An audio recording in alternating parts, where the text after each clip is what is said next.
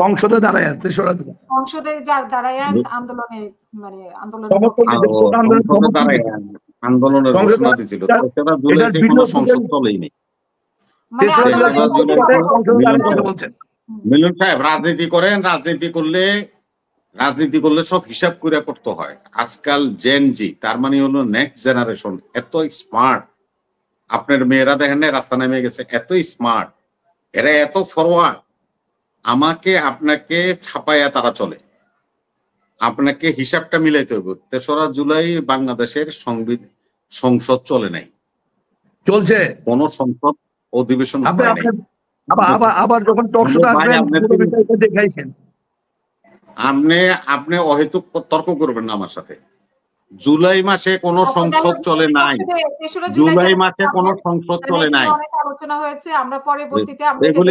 এগুলি বলে পার পাওয়ার কিছু নাই। কিসের আপনার জুলাই মাসের সংসদ চলছে, এগুলি ঠিক না। যেটা হলো কথা হলো যে জাতীয় পার্টি আজকে যে কথা বলছে, আমি জাতীয় পার্টি একটা রাজনৈতিক দল, তাদের রাজনীতি করার অধিকার আছে, যার সাথে হোক জোট করার অধিকার আছে, সবার সাথে তারা মিলেমিশে থাকার অধিকার আছে, সবকিছু ঠিক আছে। কিন্তু এই 14 বছর শেখ হাসিনাকে এই স্বৈরাচার হওয়ার জন্য, শেখ হাসিনা কিন্তু শেখ মুজিবের মেয়ে, এত খারাপ মানুষ না। 70 বছর আওয়ামী লীগের রাজনৈতিক জীবন, অনেক ভালো মন্দ এই দলটার সাথে জড়াই আছে, অনেক ইতিহাস আছে। এই শেখ হাসিনাকে স্বৈরাচার বানানোর মূল কারিগর হলো রওশন এরশাদ, আনিসুল ইসলাম মাহমুদ, এই রুহুল আমিন হাওলাদার, মুজিবুল হক চুন্নু, এই ফিরোজ রশিদ, এই সমস্ত লোকরা এই হাসিনাকে স্বৈরাচার বানাইতে সহযোগিতা করছে। নাইলে শেখ হাসিনা এইভাবে কাজ করার কথা না। এগুলি করেছে এই জাতীয় পার্টির এই নেতা। এদের কারণে এই শেখ হাসিনা এরকম গুলির আদেশ দিয়েছে, মানুষ পাখির মতো মানুষ মারার সিদ্ধান্তে পৌঁছেছে। আজকে রাজনীতির ভাষাটা বুঝতে হবে। আফসারি ভাই আছে তো, আফসারি ভাইয়ের সামনে, এই জন্য আমি বলতেছি। দেখেন, আমি আফসারি ভাই একটা বাহিনীতে চাকরি করছে, উনি চলে আসেন কর্মকর্তা, ওনার 10 জন লোক হলো আছে ওই বাহিনীতে। কেন আছে আমি বলি, ওনার তো নিয়মিত বাহিনীতে চাকরি করে। কেউ ওয়ার্ডারলে হিসাবে ওনার সাথে ছিল, কেউ হয়তো 2SC হিসাবে ছিল, ওনার APS হিসাবে ছিল, বডিগার্ড হিসাবে ছিল। ওনার কাছ থেকে কোনো না কোনো সুবিধা বা কোনো না কোনো ভালো কিছু ভালোবাসা পাইছে।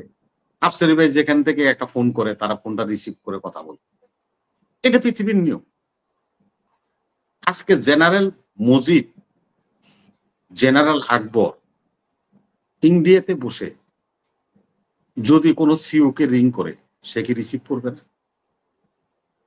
ওই সিও তো কোন সময় ভালো একটা পোস্টিং মুজিবের মাধ্যমে পেয়েছিল। একজন মেজর রিং করলে আকবরে, সে ধরবে না? কারণ আকবরের কারণে সে মেজর হয়েছে। অতএব ভারত থেকে বসে এখনো বাহিনীগুলির অফিসারদের সাথে, বাংলাদেশে যারা চাকরি করে তাদের সাথে তারা যোগাযোগ রক্ষা করে। আমরা একটা ছোট্ট কথা বলি, এই পুলিশের মধ্যে অনেক অফিসার আছে যারা পলাতক। ডিবি হারুন বলেন, প্রলয় কুমার বলেন, বনজ বলেন, বিপ্লব বলেন, তারা তো বাংলাদেশে নাই। এরা সবাই পলাতক। আমি একটা কথা বলি, এই যে আমি একজন মনে করেন SI চাকরি করি, বা আমি একজন ইন্সপেক্টর, তো এই বনজ কুমারের আন্ডারে চাকরি করছে না এই সমস্ত ইন্সপেক্টররা, এই এসপিরা, এডিশনাল এসপিরা। সে তো টিএজি ছিল, এডিশনাল আইজি ছিল না? মনিরুলের আন্ডারে চাকরি করছে না? এখন যদি মনিরুল একটা এসপি রিং করে, সে ধরবেন? সারপ্রাইজ পোস্টিং পাইছে, মনিরুলের কারণে ভালো ভালো স্টেশনে সে চাকরি করছে, সে ফোন করলে তো ধরবে। এখন তার ফোনে কি কথা হচ্ছে আপনি আর আমি তো জানি না। তারা তো সেখান থেকে বসে এই বাহিনীকে কন্ট্রোল করতেছে। ভারত থেকে বসে জেনারেল মজিদ, জেনারেল আকবররা এই বাহিনীর লোকদেরকে বিভিন্ন রকম ইনস্ট্রাকশন দিচ্ছে।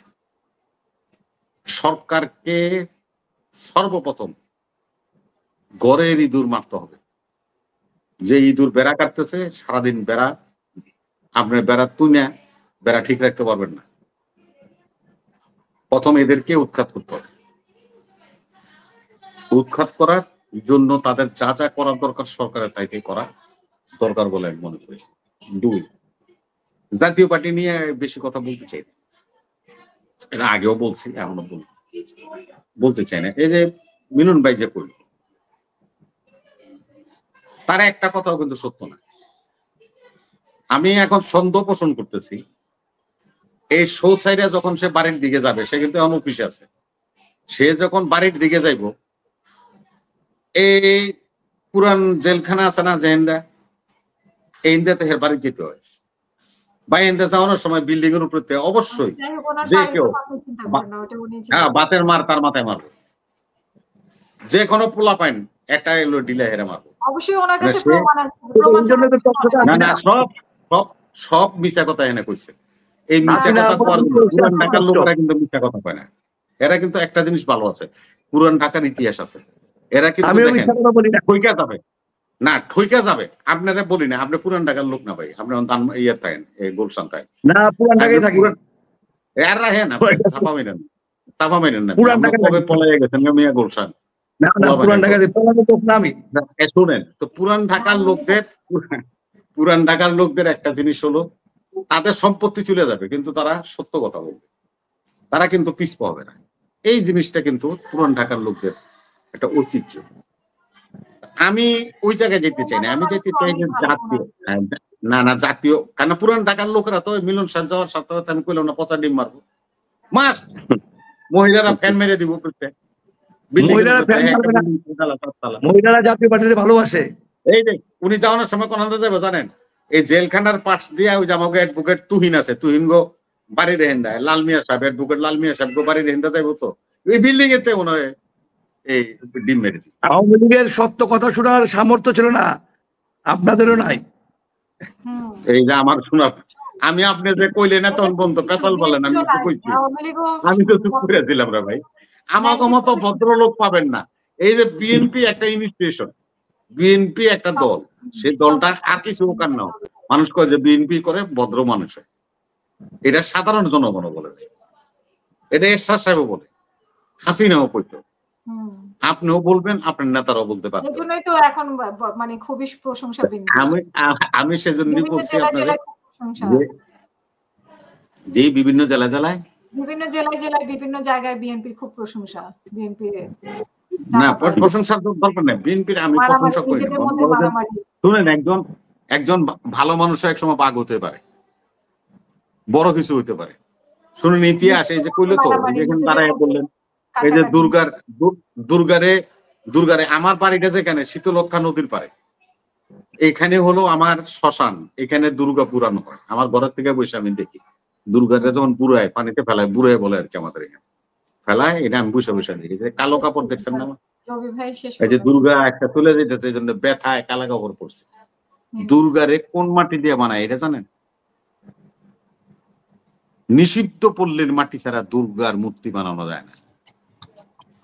মুদ্রার ওই পাশে শাপলা, এই পাশে আনারস, রোজা আর পূজা এক।